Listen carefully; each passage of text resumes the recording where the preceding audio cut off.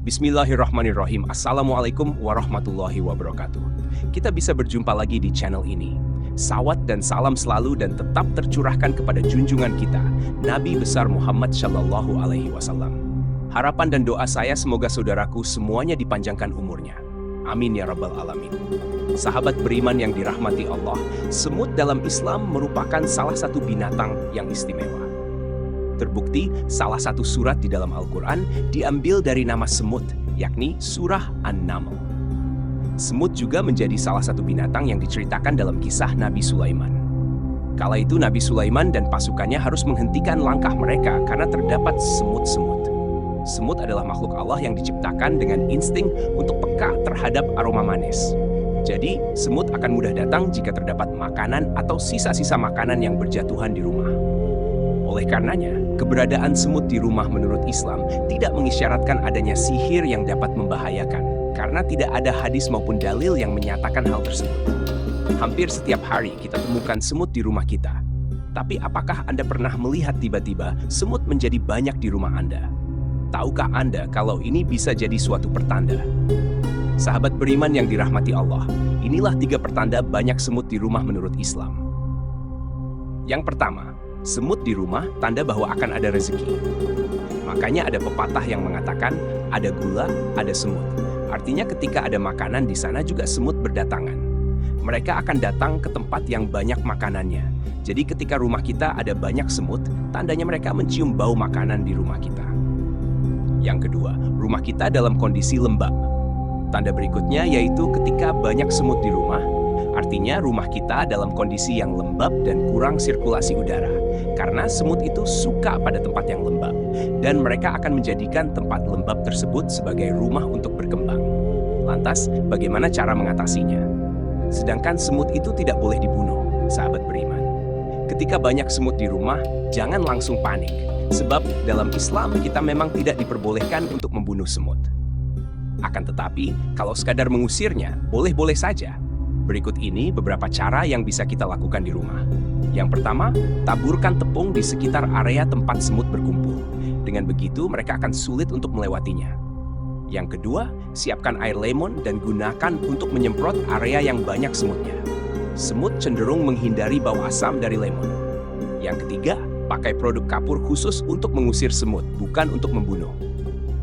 Yang keempat, menaburkan lada dengan air, kemudian semprotkan di area dapur, jendela, atau pintu tempat masuknya semut. Yang kelima, taburkan bubuk kayu manis karena semut kurang menyukai aroma dari kayu manis. Yang keenam, bersihkan atau rapikan makanan-makanan yang disukai semut agar tidak menjadi incaran dan titik berkumpulnya semut. Yang ketujuh, selalu bersihkan perabotan rumah, terutama dari tetesan air dan bekas cemilan untuk menghindari semut. Yang kedelapan, arahkan semut ke alam bebas supaya mereka tetap bisa hidup. Sahabat beriman yang dirahmati Allah, itulah beberapa penjelasan mengenai makna sesungguhnya bila ada banyak semut di rumah menurut Islam. Jadi, tidak usah khawatir atau takut akan terjadi hal yang berbahaya. Percayalah kepada Allah Subhanahu wa Ta'ala dan terus lakukan kebaikan. Demikian yang bisa saya bagikan. Bismillahirrahmanirrahim. Assalamualaikum warahmatullahi wabarakatuh. Syukur alhamdulillah kita bisa berjumpa lagi di channel ini. Harapan dan doa saya, semoga saudaraku semuanya selalu diberikan kesehatan, dilapangkan rezekinya, diampuni dosa-dosanya, dan dipanjangkan umurnya. Amin ya rabbal alamin. Sahabat beriman yang dirahmati Allah, banyak orang yang tidak menyadari bahwa Al-Quran membahas mengenai usia 40 tahun. Hal ini sebagai pertanda bahwa ada hal yang perlu diperhatikan dengan serius pada pembahasan usia 40 tahun ini. Allah Subhanahu wa Ta'ala berfirman, apabila dia telah dewasa dan umurnya sampai 40 tahun, ia berdoa, ya Tuhanku, tunjukilah aku untuk mensyukuri nikmat-Mu yang telah Engkau berikan kepadaku dan kepada orang tuaku, dan supaya aku dapat berbuat amal yang saleh yang Engkau ridhoi. Berilah kebaikan kepadaku dengan memberi kebaikan kepada anak cucuku. Sesungguhnya aku bertaubat kepadamu, dan sesungguhnya aku termasuk orang-orang muslim. Quran Surah Al-Ahqaf ayat 19. Usia 40 tahun disebutkan dengan jelas dalam ayat ini.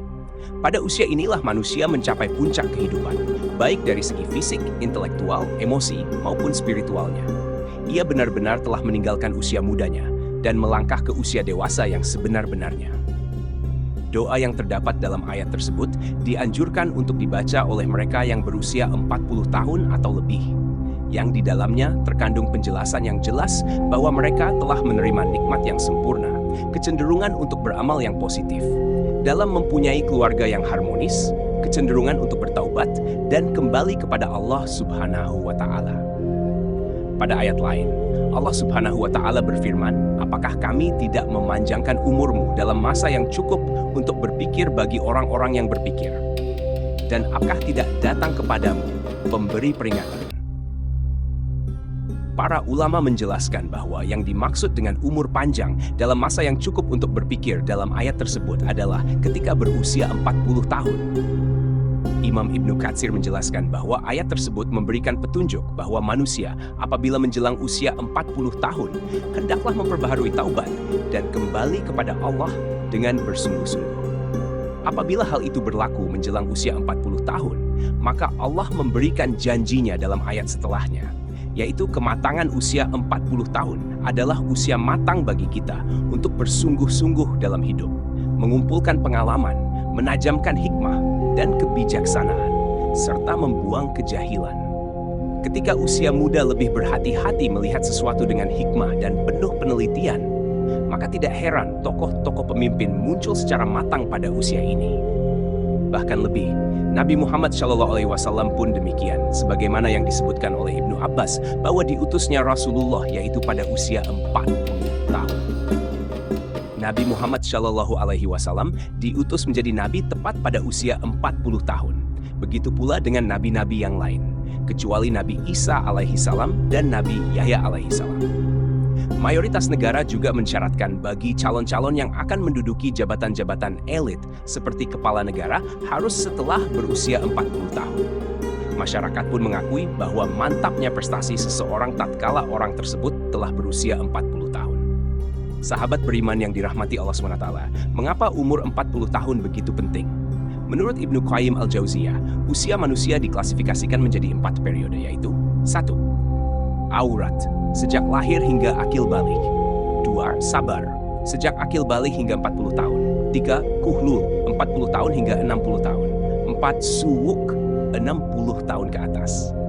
Pada usia 40 tahun adalah usia ketika manusia benar-benar meninggalkan masa mudanya dan beralih kepada masa dewasa yang sempurna.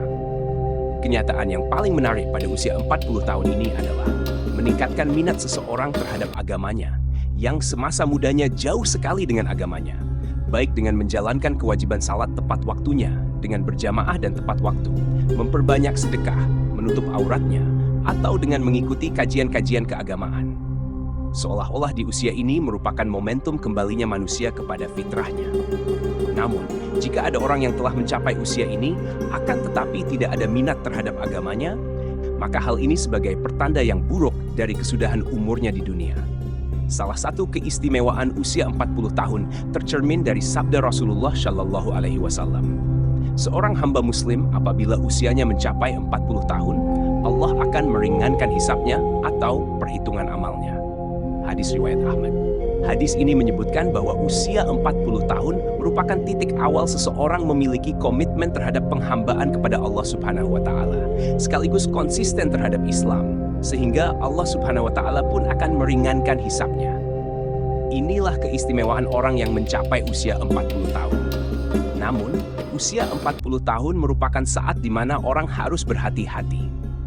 Ibarat waktu, orang yang berumur 40 tahun mungkin sudah masuk waktu senja. Abdullah bin Abbas mengatakan, barang siapa mencapai usia 40 tahun dan amal kebajikannya tidak mantap serta tidak dapat menyalahkan amal keburukannya, maka hendaklah ia bersiap-siap ke neraka. Imam Asy-Syafi'i tak kalah mencapai usia 40 tahun. Beliau berjalan sambil memakai tongkat. Jika ditanya, maka beliau menjawab, agar aku ingat bahwa aku adalah musafir. Demi Allah, aku melihat diriku sekarang ini seperti seekor burung yang dipenjara di dalam sangkar. Lalu burung itu lepas di udara, kecuali telapak kakinya saja yang masih terbang dalam sangkar. Komitmenku sekarang seperti itu juga.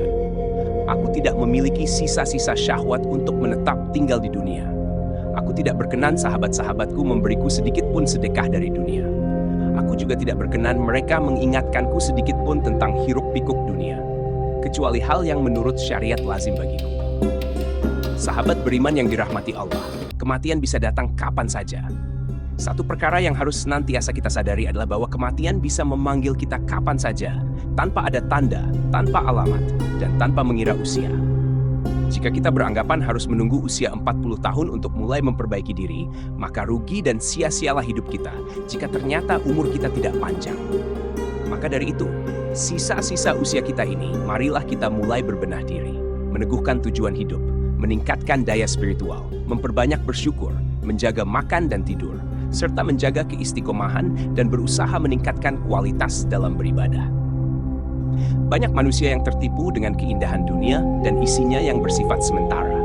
Mengingat mati bukan berarti kita akan gagal di dunia ini, tetapi dengan mengingat mati, kita berharap menjadi insan yang berjaya dan selamat di dunia dan di akhirat kelak. Janganlah menunggu hingga esok untuk membuat persediaan menghadapi kematian, karena mati bisa datang kapan saja. Wallahu a'lam bishawab. Demikian yang bisa saya bagikan. Semoga bermanfaat untuk kita semua. Amin ya rabbal alamin. Assalamualaikum warahmatullahi wabarakatuh.